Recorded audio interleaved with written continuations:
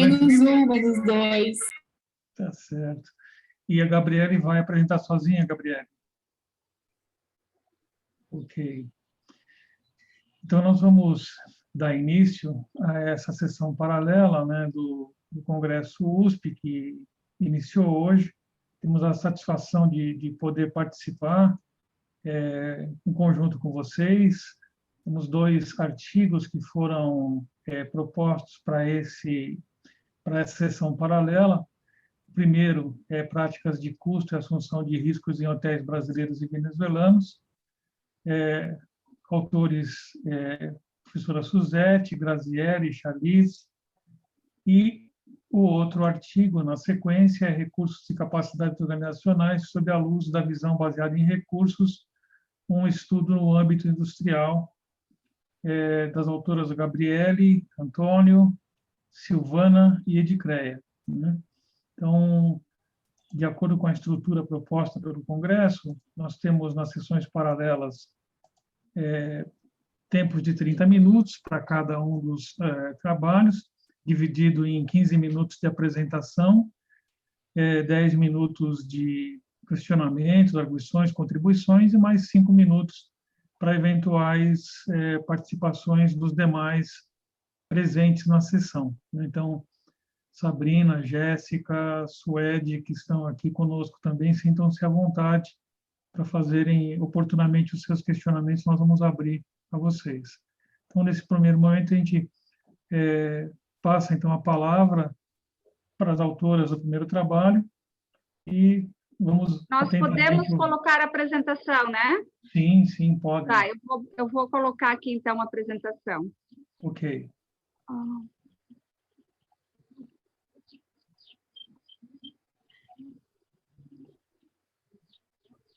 Estão vendo? Sim. Agora, como é que eu... Aqui, tá. Então, bom dia a todos. É um prazer estar nesse evento. Como comentei anteriormente, é sempre muito bom participar, essa troca de conhecimentos, né? Eu sou a professora Suzete, da Universidade do Vale do Itajaí, Santa Catarina. Juntamente com as minhas mestrandas, a Charlize e a Graziele, nós desenvolvemos, então, esse artigo que tem como título Prática de Custos e Assunção de Riscos em Hotéis Brasileiros e Venezuelanos. Então, nós fomos investigar como que as empresas do turismo, né, elas trabalham a questão dos custos, e fomos verificar se existe similaridade entre o Brasil, se existia entre o Brasil e a Venezuela. Então, esse artigo ele foi coletado os dados antes da pandemia, né? Então, né, é um corte temporal. Se a gente sabe que, como eu falei no início, né, existe antes pandemia e pós-pandemia, com certeza os resultados seriam completamente diferentes em função, até mesmo que a gente sabe que o setor hoteleiro foi um dos mais atingidos em função da pandemia, que agora está se reerguendo. Então, trabalhar custos numa época de pandemia é extremamente complicado em um setor que foi muito afetado. Mas, anterior a isso, nós, então, aplicamos esse estudo junto aos hotéis, né, com o intuito de focar, né, de ver quais são as estratégias dessas empresas, porque tem autores como Vieira e Santos, Arani, Sheffield e Gosling, de 2020, que eles trabalham fortemente a questão dos custos, formação de preço de venda, gestão dos hotéis. Então, eles ainda indicam que existem, embora existam umas poucas pesquisas, principalmente porque quando tange nesses aspectos de custo, de formação de venda, de informações, como não são empresas de capital aberto que não têm as suas demonstrações publicadas, fica mais difícil você coletar esses dados, já visto que é uma ferramenta estratégica, né? Como formar o preço, quais são esses valores. Então, é uma das grandes dificuldades a gente trabalhar nesse sentido. Então, nós tivemos como pergunta de pesquisa verificar que relações que existem entre assunção de risco, prática de custos e desempenho na percepção dos gerentes, e fomos, então, buscar avaliar essa relação. Então, a assunção de risco ela é uma das dimensões da orientação empreendedora, né? Então, o quanto esses gestores assumem riscos, né, são ousados, digamos assim, em atribuir preços aos seus serviços, que a gente sabe da intangibilidade dos serviços, a dificuldade que é você mensurá-los e colocar preço, né? Precificar a sua diária. Então, como que eles mensuram esses valores, né? Em um ambiente tão competitivo. Nesse sentido, então, nós fomos investigar essas relações. Acho que as meninas agora... Pode ser, a Charlize? Sim. Quem vai continuar agora? Eu. Então, a gente vai estar falando um pouquinho sobre a fundação teórica, sobre a assunção de risco, o que os gestores eles assumem de risco na tomada de decisão de produtos e de novos produtos, né? As organizações elas devem permitir que tomem as decisões sobre esses processos de trabalho e evitem críticas, né? Para se cometa um erro ou tentam inovar, né? Essa palavra para a Charlize. Pode passar, prof.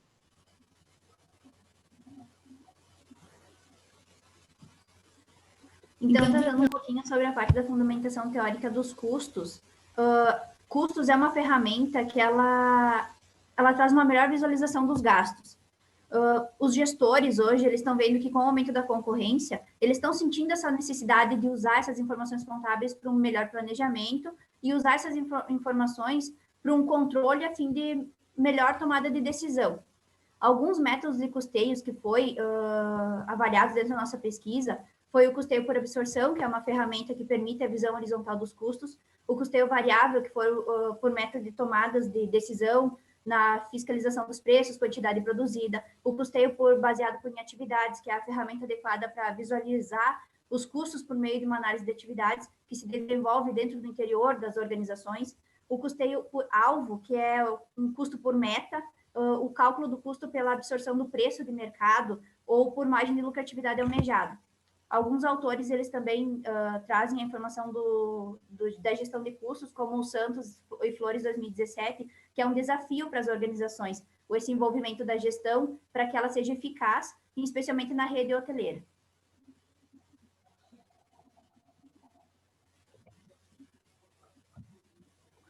O método de pesquisa do estudo, ele foi uma abordagem descritiva, quantitativa.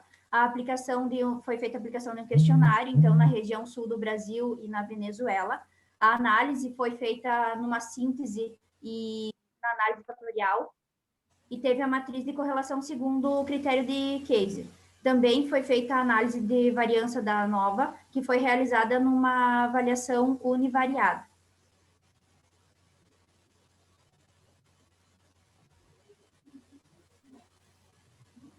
Então, na análise dos resultados, inicialmente então, são apresentadas análises descritivas, né, dos dados levantados nos hotéis, dos 2 hotéis, né, que seriam trabalhados no Brasil e na Venezuela. Daí, com o número entre 10 a 49 funcionários na amostra, né, 96 empresas hoteleiras e 4 com mais de 100 funcionários. Dos respondentes, 74 tinham cargo de gerente geral, 37 de gerente comercial, 56 de gerente operacional e 37 o cargo de coordenador ou supervisor. Já pelo gênero, 37,5% dos respondentes foram homens e 26,5% mulheres.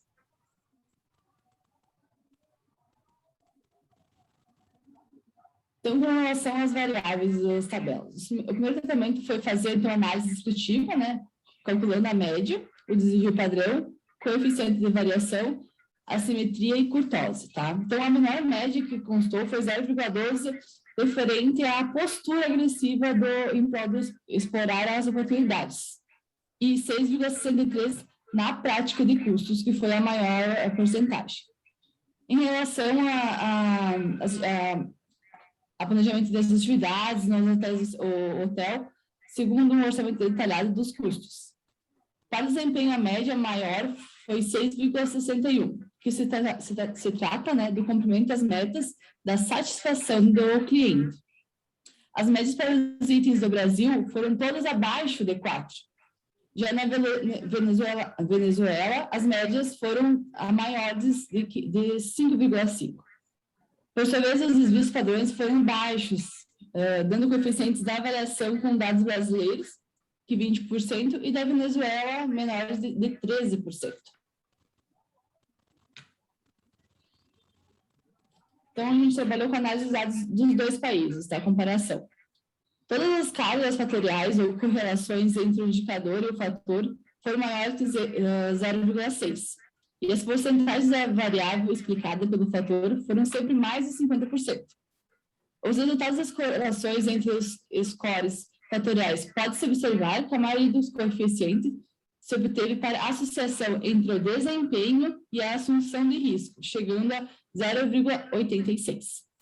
Para a estimativa de desempenho, ambos os construtos, assunção de risco e práticas de custo, devem se utilizar para ter uma melhor aproximação.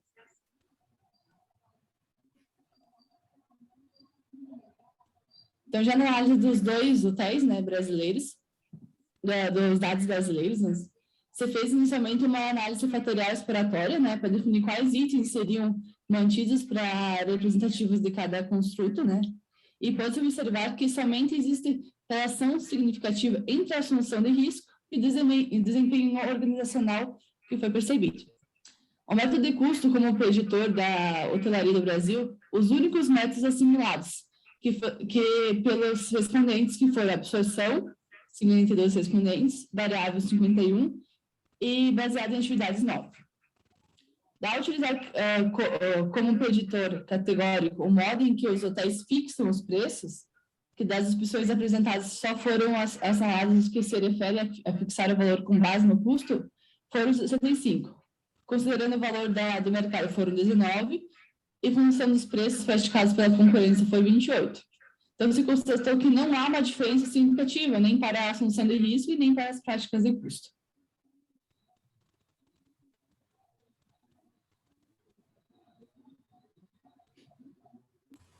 Já na análise dos dados dos hotéis venezuelanos, constatou-se que, no caso dos hotéis venezuelanos, todos os itens de assunção de riscos nas práticas de custos foram muito correlacionados com os respectivos fatores. Também, no caso do desempenho, verifica-se que o número dos itens retidos foi maior do que os hotéis brasileiros na amostra total. Também, na prática de custos, teve uma forte correlação entre o desempenho, portanto, o construtor deve ser levar em conta a estimativa do desempenho do caso da hotelaria venezuelana, que comparou a amostra obtida. E na análise dos dados levantados na Venezuela, sobre os hotéis que fixam os preços da diária, constata que as opções apresentadas elas foram assinaladas as que referem a fixar o valor da base do custo direto 1 e do custo total 89, com a base dos preços fixada a concorrência 2.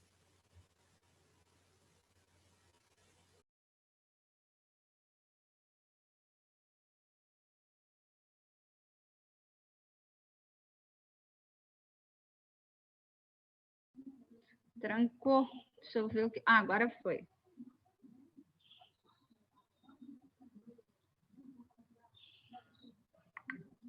Então, nas considerações finais, as análises obtidas em conjunto percebeu-se que existia uma variabilidade muito evidente na assunção dos riscos, adotado pelo valor de coeficiente da variação de cada afirmativa que refletia nesse construto.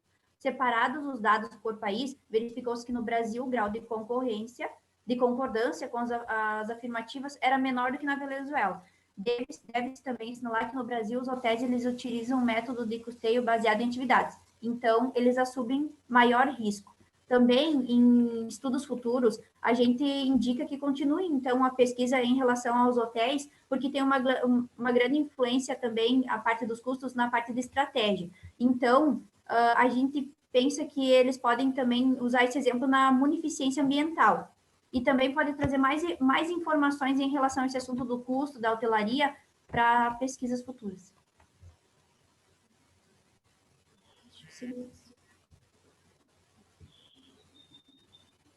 Então, essa é a nossa apresentação. Eu não sei se o professor, nós vamos fazer a discussão ao final ou... Vamos fazer já na sequência. Isso, já fazemos okay. os comentários então, à disposição. Excelente. E aí já damos o espaço para aquelas pessoas que quiserem participar conosco também da discussão, né? Então, eu quero primeiro parabenizar as autoras pelo trabalho. A gente sabe que é sempre um grande desafio de desenvolver uma pesquisa e também parabenizar pelo fato de que ela é uma pesquisa realizada em conjunto com os discentes, né? A gente valoriza muito isso no processo formativo. Então, parabéns tanto pela pesquisa como pela iniciativa de integrar a participação, né, dos discentes na pesquisa. Com relação ao trabalho propriamente dito, eu tenho algumas pequenas contribuições e algumas perguntas, né, para compreender melhor. Então, vocês disseram que a coleta dos dados se deu antes da pandemia, né? Então, essa informação é uma informação importante para a pesquisa, né? Para a gente avaliar a qualidade da pesquisa. Então, ela é importante que faça parte do processo da metodologia e descrever, né, o período em que houve essa coleta de dados num país, no outro país, até para poder avaliar a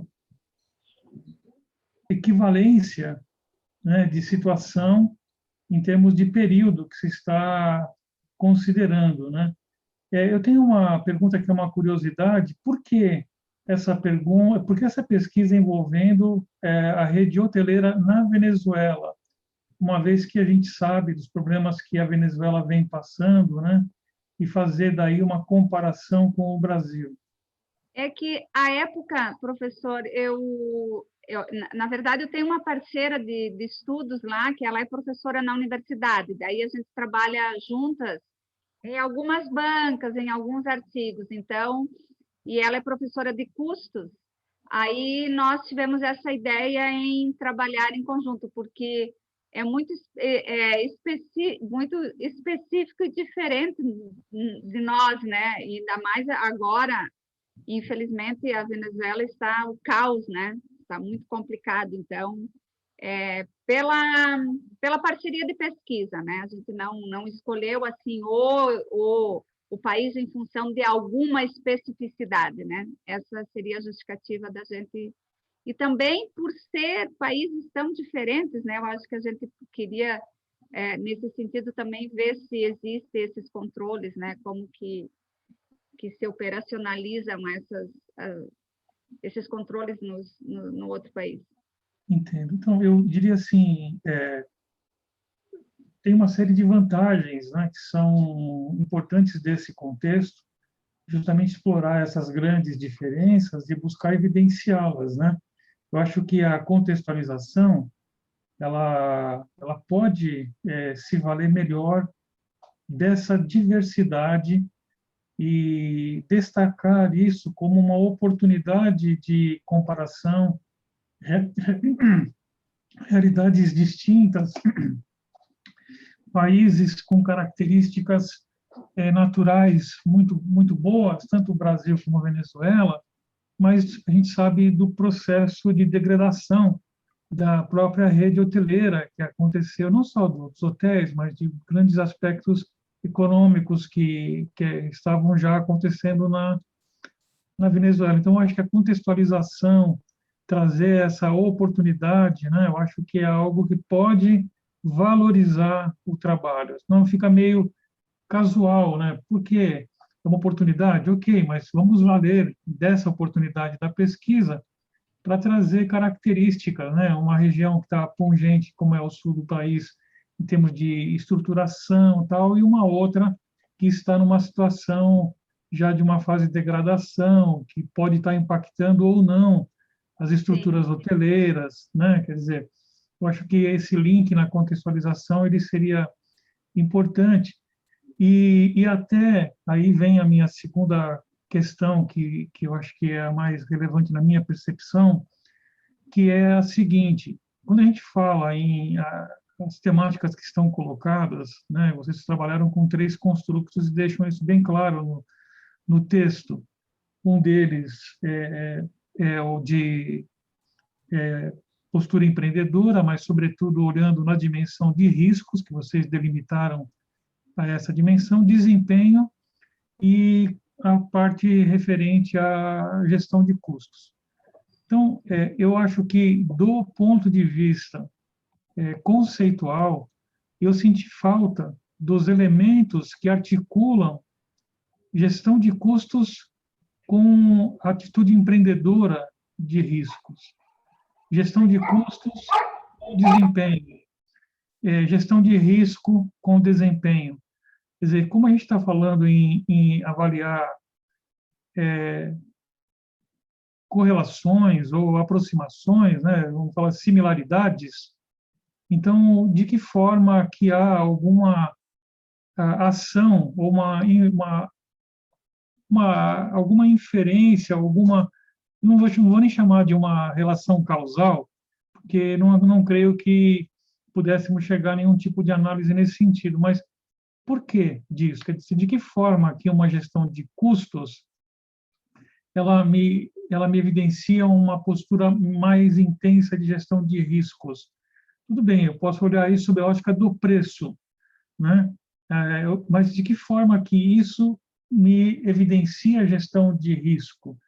Se eu pensar em custeio ABC, eu tenho possibilidade, por exemplo, de enxergar custos de longo prazo, diferentemente de outras abordagens de custo. E aí eu estou falando em investir. À medida que eu consigo trabalhar com investimento nesse tipo de negócio, eu estou mais arriscado, menos arriscado.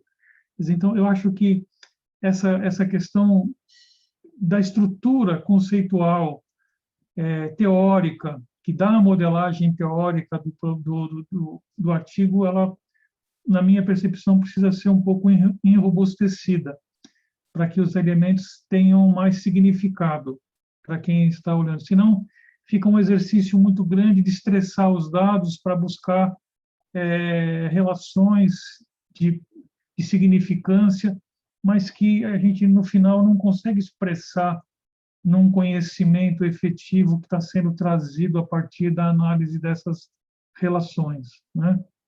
Então, aí é que eu acho que seria importante. Uhum.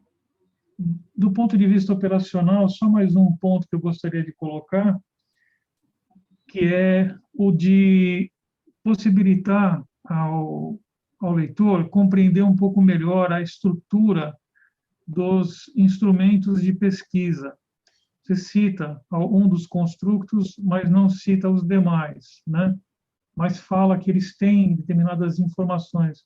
E à medida que vocês vêm articulando os dados na parte 4, vocês citam tal informação deu tantos por cento, isso aqui está relacionado com custo por atividade, isso aqui é custo por...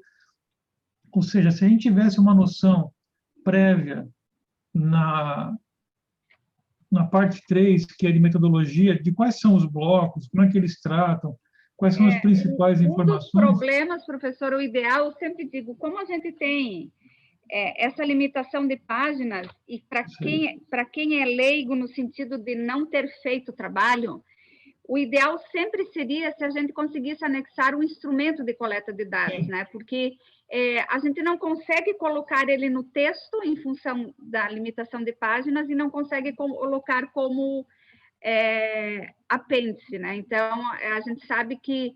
E a explicação de todos os construtos, né? Como foram elaborados, isso ele pega espaço, né? Claro, tem que ser entendível, a gente entende isso, né? Então... o que eu acho que... Concordo plenamente que fica mais difícil entender essas relações quando você não sabe por que isso se destacou, se você não sabe quais foram investigadas, né? Então, concordo que tem que dar uma reorganizada nesse sentido. Acho que atualmente a gente vê, por exemplo, periódicos, né, que estão exigindo da gente 8.000 palavras, né? Sim. Então, quer dizer, hoje cada vez mais... Além do questionário, a base de dados, a forma que foi investigada, como foi analisada, né? Para a questão de própria confiabilidade, né? Então, é importante, eu diria assim, priorizar o que apresentar no texto. É um grande desafio, né, professora? A gente sabe exatamente. Disso. Mas eu diria assim, eu acho que, na minha percepção, uma série de pontos importantes foram feitos, né? Uma série de análises. Só tem uma questão que vale a pena vocês depois olharem, que na parte 3 do trabalho saiu com o número 2, tá? Então, tem uma correção lá de de texto ali que é bem... Isso acontece. Mas aí, para vocês, quando forem submeter novamente, está sim, ficou na sequência numérica incorreta, né? Isso. Ao invés de ser, daí foi para 2, depois foi para 4, né? É, porque, Erramos na realidade, isso. Erramos na conta estar. aqui dos números. Sem problema. Mas é isso. Eu parabenizo vocês pelo trabalho, mais uma vez, reitero essa questão e deixo agora aberto para as demais participantes. Nós temos aqui a Jéssica, a Suede, Cristiane e Sabrina, que estão fazendo parte, né, da nossa apresentação e quiserem colocar alguma pergunta, alguma questão, está aberta a possibilidade. Então, a Sueli está colocando aqui, com relação ao fato de assumir mais riscos com o custeio EBC, algum fato foi colocado sobre isso? Como assim? Ou a pergunta dela está aqui no chat, né? Deixa eu ver se eu consigo ver aqui. Acho que vou tirar a apresentação, né? Daí a gente consegue... como é que eu tiro a apresentação aqui? É só clicar embaixo no chat stop que ele aqui, vai né? abrir para você. Ok. Deixa eu ver aqui no chat.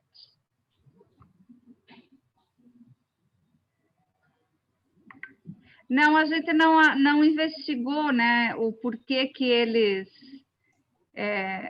na verdade, o que deu eles a ter quem faz, né, com o custeio EBC. Não, a gente não investigou o porquê, né, a gente só tinha as opções de métodos e essa relação, mas o porquê que o EBC levou a isso, talvez por essa, que nem o professor falou, a questão do longo prazo, de ter mais dados, né, de conseguir analisar melhor, infere-se, mas não se pesquisou isso. Okay. Alguém mais gostaria de colocar alguma questão? Alguma dúvida? Contribuições? Bom, então, excelente. Vamos, então, ganhando alguns minutinhos, iniciar a apresentação. Agradece, professora, as suas considerações, sempre muito pertinentes, né? Como eu sempre digo, às vezes a gente está tão envolvido que acaba não vendo coisas assim...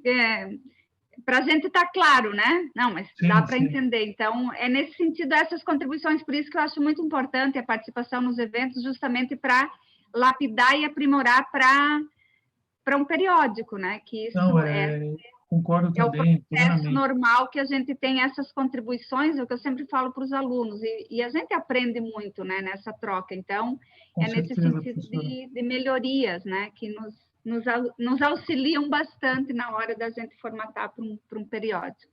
Agradecemos muito a oportunidade e as contribuições. Muito obrigada. De forma alguma, é sempre um prazer e é um processo de aprendizado para todos, né? Todos aprendemos.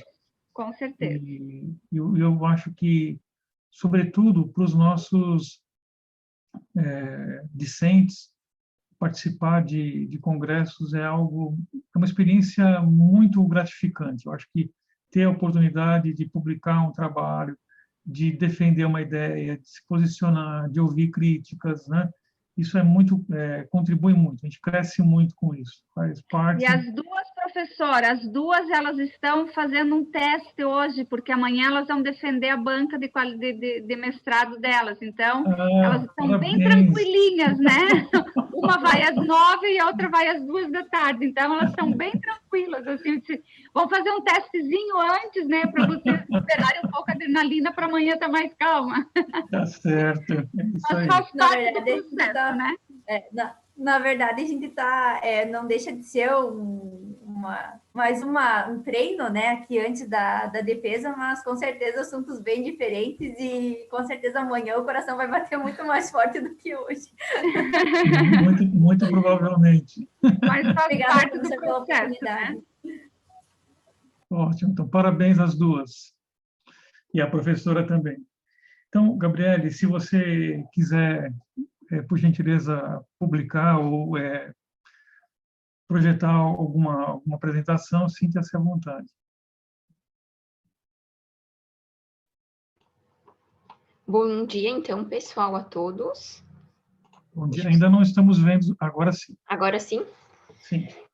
Então, meu nome é Gabriele, eu sou mestranda da UNO Chapecó, juntamente com o Antônio, que ele é professor da Universidade Federal do Mato Grosso do Sul, da Silvana, que é professora da UNO Chapecó, e da Edicreia, que é professora da Universidade Federal do Paraná. A gente desenvolveu essa pesquisa, que ela é intitulada Recursos e Capacidades Organizacionais sob a luz da visão baseada em recursos, um estudo no âmbito industrial. Tendo em vista o cenário competitivo que faz com que as organizações elas busquem gerenciar estrategicamente os seus recursos e as suas capacidades, se adequando às mudanças e às necessidades do mercado e buscando, então, constantemente as vantagens competitivas frente aos seus concorrentes. E é, então, por meio dos recursos que as organizações elas conseguem impulsionar ou delimitar a competitividade no mercado em que elas atuam. E segundo, então, a visão baseada em recursos, a competitividade empresarial ela surge da diferenciação na utilização dos recursos internos disponíveis e gerados pelas empresas. E o gerenciamento, então, desses recursos e capacidades auxiliam as organizações no alcance de melhores desempenhos. Esses recursos e capacidades, eles podem ser distintos entre as empresas e isso é justificado, então, pelas características organizacionais, como, por exemplo, o ramo de atuação, o porte, a localização e outros. E as indústrias, então, elas têm um diferencial na participação econômica de qualquer país e principalmente do Brasil, né? Segundo, então, a Confederação Nacional da Indústria no Brasil, esse segmento ele representa 21,40% do PIB, além de 70,1% das exportações de bens e serviços do nosso país. Por isso, então, considerando a relevância das indústrias para o país e para que também as indústrias elas se mantenham competitivas e com alto desempenho, se fez, então, relevante entender quais os recursos e capacidades organizacionais são considerados como potenciais fontes de vantagens competitivas no âmbito industrial.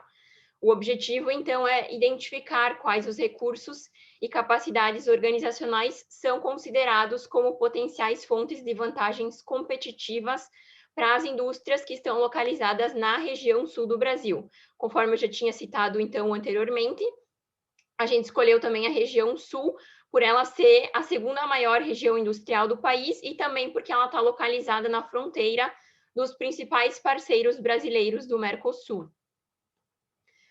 Para a construção, então, da pesquisa, a gente adotou a sustentação teórica da teoria da visão baseada em recursos, a qual se propõe a explicar o porquê a análise interna, especialmente dos recursos e capacidades, é tão importante para as empresas. A pesquisa, então, ela é uma pesquisa descritiva, quantitativa, que foi realizada, então, por meio de uma survey junto a 58 indústrias da região sul do Brasil. A população, como eu já tinha dito, então, contemplou as indústrias do sul do Brasil dos 3 estados, Paraná, Santa Catarina, Rio Grande do Sul, que possuem mais de 50 funcionários. A coleta de dados, então, o alcance dessas empresas foi pela acessibilidade mesmo a elas, e os dados eles foram coletados por meio de questionários online, que foram encaminhados por e-mail no período de outubro a dezembro de 2020, e foi destinado, então, aos responsáveis pelo setor de contabilidade, controladoria, ou também aos gestores e diretores ou administradores que se proporam a contribuir com a pesquisa. Então, o instrumento de pesquisa ele foi composto por 16 questões, sendo as 12 primeiras questões abertas a respeito das características do respondente e da indústria, e as questões 13 e 14, elas foram gerais e tratavam a respeito da administração da empresa, da sua estrutura de gestão, e foram compostas por questões fechadas e com respostas por escala Likert.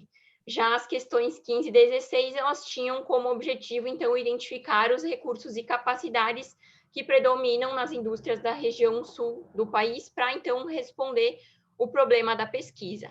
Então, o questionário utilizou a escala tipo Likert de 5 pontos para mensurar, então, o grau de consideração de importância dos respondentes aos itens apresentados, e a análise dos dados ela foi realizada a partir das técnicas de estatística descritiva e do ranking médio. Para o cálculo do ranking médio, então, utilizou-se o método de análise de escala do tipo Likert, abordado por Malhotra em 2001. Um pouquinho, então, sobre os resultados. Em primeiro momento, a gente caracterizou os respondentes da pesquisa, verificando, então, que mais da metade dos respondentes, eles foram homens. O questionário ele foi respondido apenas por 32,76% por mulheres. Quanto à idade dos respondentes, então, 43,10% estavam na faixa etária de 41 a 59 anos e 32,76% possuíam entre 31 a 40 anos. E em relação, então, ao setor de atuação dos respondentes, a maioria atua nos setores de administração, contabilidade e controladoria.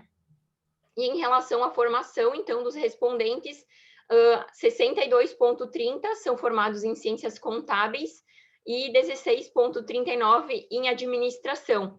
Além disso, também a gente identificou que 3 desses 58, eles possuíam 2 graduações. E em relação, então, às características das empresas analisadas, aproveito para salientar que das 58 empresas, 12 delas estavam no Paraná, 33 em Santa Catarina e 13 no Rio Grande do Sul. Em relação ao ramo de atuação, então, o de maior concentração é o ramo de agroindústria e o ramo alimentício, e o de menor, então, o ramo funerário. Quanto à característica de faturamento bruto anual, a maior parte delas, então, fatura entre 15 milhões a 500 milhões. E também aproveito para destacar que 5 delas têm faturamento superior a 10 bilhões de reais por ano, o que demonstra, então, que a amostra ela tem uma representativa participação econômica nessa região que foi analisada. Além disso, então, dessas 58 empresas, elas estão já há alguns anos no mercado. Então, algumas estão entre 16 a 25 anos, que seria 20,69%. De 26 a 35, a gente teve 25,86%. De 36 a 45 anos, 12%. E de 46 a 55, 15%.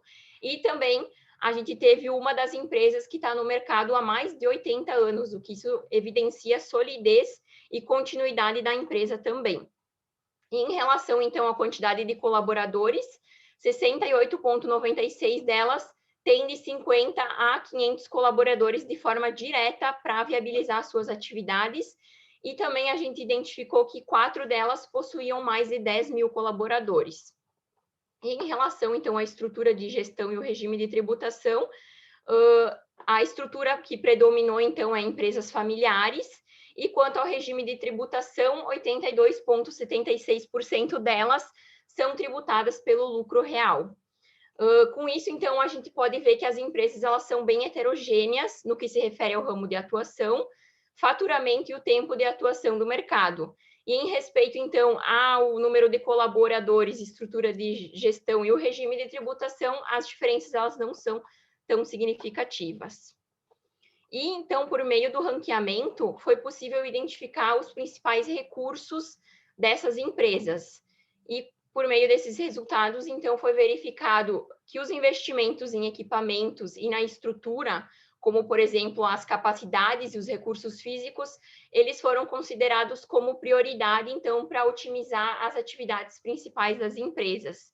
E, na sequência, então, foi considerado as melhorias na estrutura física da empresa, que contempla também o rearranjo físico, o qual contribui para um ambiente também mais agradável, organizado e produtivo. Um arranjo físico desorganizado pode também levar a empresa a ter aumento de custos, de estocagem também, e ter estocagem de materiais desnecessários e também outras situações que podem acabar acarretando para a empresa. Em relação aos recursos e capacidades de capital humano, a preocupação, então, com o clima organizacional foi considerado de maior representatividade, dado que essa preocupação, ela reflete no crescimento saudável e sustentável de uma empresa e porque isso possibilita um maior engajamento dos colaboradores, maior valorização do trabalho, um clima inovador e outros fatores. E em relação, então, aos recursos e capacidades organizacionais, o de maior destaque foi o respeito com o cliente e com a sua reputação de mercado. Então, isso evidencia que priorizar o cliente deve estar entre as principais metas de toda a empresa para ter um bom desempenho perante o mercado. Com isso, também aproveito para salientar, então, que os recursos intangíveis, eles criam maior vantagem competitiva do que os recursos tangíveis para as empresas, principalmente pelo fato de que eles são mais difíceis de imitar e também de substituir. Mas, em síntese, foi identificado, então, que não há um recurso principal, e sim que o conjunto desses 3 recursos em si, eles se complementam e trazem vantagens competitivas para as empresas. Então, se uma empresa investir apenas em um deles, vai acabar deixando a desejar em outro, o que pode causar, então, uma grande desvantagem perante os seus concorrentes. Então, portanto, é por meio da combinação dos recursos físicos e das capacidades humanas que é atribuída uma condição única para o negócio, que tem como propriedade mais importante a dificuldade de imitação, tanto no aspecto dos custos como na dependência da trajetória. Por fim, então, aproveito para salientar que esse estudo ele visa contribuir com o meio acadêmico, com os gestores das empresas, com as partes interessadas, as partes relacionadas, e também estimular novas pesquisas utilizando a teoria da visão baseada em recursos em outras regiões do país, buscando colaborar também com a sociedade, agregando conteúdo às pesquisas acerca também das vantagens competitivas. Aproveito, então, por fim, então, para agradecer aos meus professores, então, que foram meus parceiros nesse trabalho para desenvolver essa pesquisa. Agradeço também a UNO Chapecó e a CAPES por todo o apoio, e também a todos vocês que estão presentes nesse evento. Fico à disposição, então, para eventuais dúvidas. Parabéns, Gabriele, pela apresentação, pela pesquisa, né? Eu vou, da mesma forma que da outra ocasião, fazer breves comentários e contribuições, e se fica à vontade também para questionar, concordar, e, na sequência, a gente abre para as demais pessoas participarem. Eu, particularmente, gosto dessa teoria, né, teoria de visão baseada em recursos. De outro lado, eu acho que cada vez menos ela vai ter validade do ponto de vista de explicar fenômenos. Né? Por quê? Porque hoje, guardadas algumas características específicas, é muito mais fácil ter acesso a recursos valiosos e nem sempre eles são tão exclusivos, na verdade. Quer dizer, as próprias configurações de oportunidades, de modelos de negócio, de acessos a tecnologias, das plataformas, quer dizer, diria que hoje eu consigo com muito mais facilidade comprar no fornecedor que fornece para uma grande indústria de eletroeletrônico, para a minha pequena indústria, né? Na China, ele está lá, eu estou aqui, mas uma plataforma me coloca em contato com ele. Então, ter esse recurso valioso, exclusivo, é algo que é mais difícil da gente ter. Por isso, eu sugiro, caso você tenha interesse em pesquisar nessa linha, que você avalie a possibilidade de olhar sobre a ótica de capacidades dinâmicas, que é uma teoria que é decorrente da visão baseada em recursos, mas que leva em consideração capacidades humanas que são consideradas como relevantes, capacidades organizacionais que mantêm a organização com vantagens competitivas, né? Então, é um outro olhar, diria assim, que é um complemento a isso, tá? Mas eu particularmente gosto da visão baseada em recursos, tá? Fazendo só esse parênteses para deixar de antemão essa janela aberta para o seu olhar, né? Com relação à pesquisa propriamente dita, eu tenho alguns comentários que estão muito mais estruturados a partir do capítulo 3, que se refere à parte da metodologia, procedimentos metodológicos, né? Então, eu entendo que a pesquisa ela foi por conveniência, não resta dúvida, mas você não coloca, por exemplo, se existia uma população base que você se referiu, se tem uma amostra inicial, o número de questionários que tenham sido enviados e respondidos, enfim, essa informação a gente tem lá que tivemos 50, tivemos um determinado número de respondentes, né? Entretanto, não temos assim uma informação maior. Isso é importante numa visão de pesquisa para a gente conseguir enxergar e poder embasar um pouquinho melhor afirmações como essa que você faz na frente, lá na página 11, né? Foi possível identificar os principais recursos das empresas do sul do país. Então, essa generalização, né, principais recursos da empresa do sul do país, ela fica muito difícil da gente compreender ou mesmo aceitar nesse primeiro momento, à luz da limitação da compreensão do que isso significa em termos de abordagem, né? Outra questões que estavam também que são importantes verificar, eu vi que você estruturou um instrumento de pesquisa à luz de diversas referências, né? Eu, inclusive, acessei algumas delas para verificar as estruturas que previamente já existiam montadas, se tinham sido testadas ou não, e pelo que eu percebi, não. Então, basicamente, o que me parece é que você utilizou elementos informacionais de diversas abordagens de pesquisa e construiu o seu instrumento, né? De um lado, isso te dá mobilidade na pesquisa, de outro, te dificulta em termos de comparabilidade de resultado, né?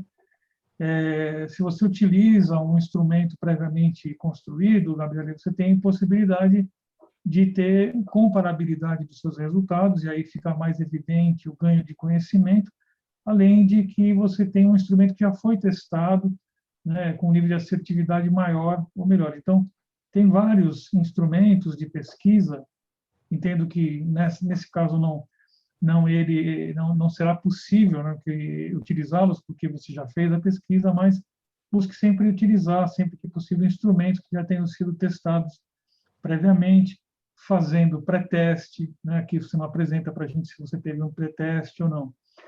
Outra coisa que me ficou bastante interessante é que o seu questionário, você coloca lá que 12 perguntas eram abertas. O que você chama de pergunta aberta? Assim, é para responder qualquer frase, qualquer expressão, ou você tinha escolhas que eles podiam fazer? Tinha escolhas, aham. Então, na realidade, né, Era mais para fazer essa triagem em relação o setor, a graduação, o curso superior, né, a idade, nesse sentido mais de caracterizar a empresa, o respondente e a empresa, né? Na realidade, quando você fala em pergunta aberta, a gente enxerga que você deixou um espaço para escrever qualquer coisa, né? Então, na realidade, você trabalhou com determinadas faixas, com determinadas categorias, né? Então, as perguntas elas estavam estruturadas com base em categorias, né? E essas categorias é que elas foram escolhidas pelos respondentes, tá? Outra questão, foi do instrumento. Inclusive, eu vou disponibilizar aqui no chat, né, alguns construtos que são interessantes aí para esse tipo de pesquisa. Se você depois quiser acessar, fica à vontade, né? E com relação à parte da análise dos dados, o que acontece? Tem uma virtude e tem um problema, a base de dados sua. A virtude é que você está olhando um conjunto muito grande, muito diversificado, né, vamos chamar assim, de empresas, com características muito diferentes. O que elas têm em comum? Elas são indústria, mas elas são de segmentos diferentes, elas são de portes diferentes, elas têm estruturas de administração diferentes. Então, você tem muitas diferenças, né? E isso leva, realmente, quando a gente vai falar em identificar características de recursos e capacidades dinâmicas, idades diferentes, né? E trabalhar com uma medida que você está utilizando, que é o ranking médio, aqui você está perdendo oportunidade, na minha visão. Aqui, eu acho que se você fizer um pouquinho de análise multivariada, vai te ajudar muito. E, com certeza, na tua base de dados, você tem elementos para isso. Para fazer uma análise de cluster, para você trabalhar com análise fatorial, né? Verificar realmente quais são os fatores que explicam melhor, não simplesmente olhar e falar, olha, tal recurso está com um ranking maior, mas quando você olha esse conjunto de empresas, quais são os fatores que explicam efetivamente essa análise? Então, quando você faz uma abordagem de análise fatorial, você pode, à medida que você estabelece, sei lá, você consegue ter 2, 3 fatores, 4 fatores que expressam satisfatoriamente, né, melhor o conjunto de variáveis, você consegue ter uma visão melhor daquilo que realmente reflete esse conjunto de competências e de recursos. Muito provavelmente, você vai ter grupos que vão mostrar mais necessidades ligadas a barreiras de entradas, investimentos, outros em ativos intangíveis. Quer dizer, que aqui, da forma como você trouxe, não dá para a gente perceber isso, entendeu? Então, eu acho que você tem a oportunidade, rodando os dados que você tem, de fazer uma abordagem multivariada, uma análise multivariada, e trazer elementos interessantes do que você já tem na sua mão. Isso, com certeza, vai melhorar a qualidade de expressar, né, os resultados que você está fazendo. E com relação à conclusão, ela acaba ficando nessa forma como você está, ela não surpreende, ela não traz para a gente grandes informações. Por quê? Porque a capacidade de concluir, pela tabela que você está usando, ela não é grande, ela não ajuda muito. Mas se você tiver a possibilidade de trabalhar um pouco mais, você possivelmente vai trazer elementos mais interessantes, com um nível de contribuição melhor para esse tipo de proposta sua, né? Diria que essas são as minhas principais contribuições nesse tempo tão curtinho que a gente tem para poder falar, né?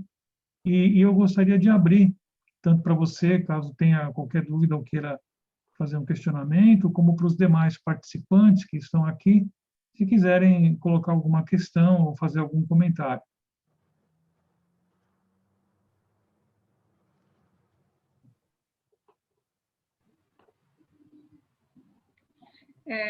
Parabéns, Gabriele, pelo seu trabalho. Quando o professor falou da questão das capacidades dinâmicas, né, um dos elementos que eu trabalhei dentro da assunção de riscos, ela vem da capacidade da orientação empreendedora, que é uma das dimensões que vem das capacidades dinâmicas. Então, assim, a gente percebe como esses elementos estão presentes na gestão, né? Como você pode operacionalizar e contribuir para a gestão das empresas. Uma coisa que me chamou a atenção, e até o professor já falou, é a questão das análises do tipo de empresa, porque ali, pelo que eu entendi, nos teus resultados, a maioria da amostra pesquisada são empresas familiares, né? Então, a gente tem trabalhado um pouquinho a questão das empresas familiares e a gente sabe, assim, que elas têm as suas particularidades, né? Então, fazer essas análises por tipo de gestão, se é familiar, se não é, isso difere muito nos resultados. Então, acho que você tem, assim, uma base de dados muito bacana para fazer, assim, ter esses resultados mais específicos, né, por setor, que para te não generalizar. Só uma dica, assim, complementando o que o professor falou, mas parabéns pelo trabalho, tá muito bom, assim, é bem bacana a forma como vocês fizeram. Parabéns. Obrigado, professora, pela participação. Então, eu acho que são oportunidades, não é? Como, da mesma forma que foi dito para as autoras do trabalho anterior, é sempre uma oportunidade boa da gente ter um trabalho apresentado, tanto pela oportunidade de conhecer pessoas, de se expor, não é verdade? Exercitar a expressão falada, né? Escrita, e também o aprendizado que a gente tem a partir das críticas que recebemos, né? E parabenizo a vocês todas que submeteram os trabalhos e aqui apresentaram, né? Desejando muito sucesso. Eu permaneço à disposição de vocês, caso tenham interesse em trocar informações por e-mail, enfim, é sempre um prazer poder contribuir, né, de forma mais aprofundada, se assim vocês também quiserem, né? E agradeço aos demais participantes da sessão que estiveram presentes. Pois não, professora? Eu gostaria, não sei se o professor é da USP, de que universidade, não lembro a sua. Eu sou da FIPECAF, da Faculdade FIPECAF. Eu gostaria de deixar o meu registro aqui ao professor, meu Deus, agora eu esqueci o nome dele, o que manda sempre e-mail para nós, o Rodolfo, que é um dos organizadores. Assim, ó, eu gostaria de deixar meu registro em agradecimento e parabenizá-lo pela presteza que ele tem nas respostas, sempre muito disposto. Eu tive um problema com cadastro no outro artigo, assim, e sempre muito solícito, e assim, a organização, eu gosto muito de participar desse evento justamente por causa disso, da organização, então, queria deixar aqui meu registro nesse sentido de parabenizar a todos os envolvidos, mas em especial a ele, ao professor Rodolfo, que sempre nos atendeu assim com muita presteza e precisão nas respostas. E ao professor Pascoal também, parabenizar pela condução da sessão, com as suas contribuições. E obrigada pela oportunidade. Me desculpem por não ter me apresentado previamente, eu sou professor do programa de mestrado em Controladoria e Finanças da FIPECAF, e nosso programa é um programa profissional, né? Então, tem sido também muito prazeroso participar dos eventos com os nossos estudantes, né? E a gente sempre percebe quão importante isso é na formação de todos, né? E com relação à sua fala sobre a estrutura da organização do programa, do congresso, realmente o Rodolfo, ele se esmera muito, e não só ele, como os demais colaboradores, né? É um grande evento e que demanda muita energia de todos. Mas, mais uma vez, então, agradeço, e conseguimos transcorrer bem e finalizamos, então, dentro do horário previsto pela organização. Tá bom? Felicidades a todos e um grande abraço. Até mais. Obrigada. Até mais.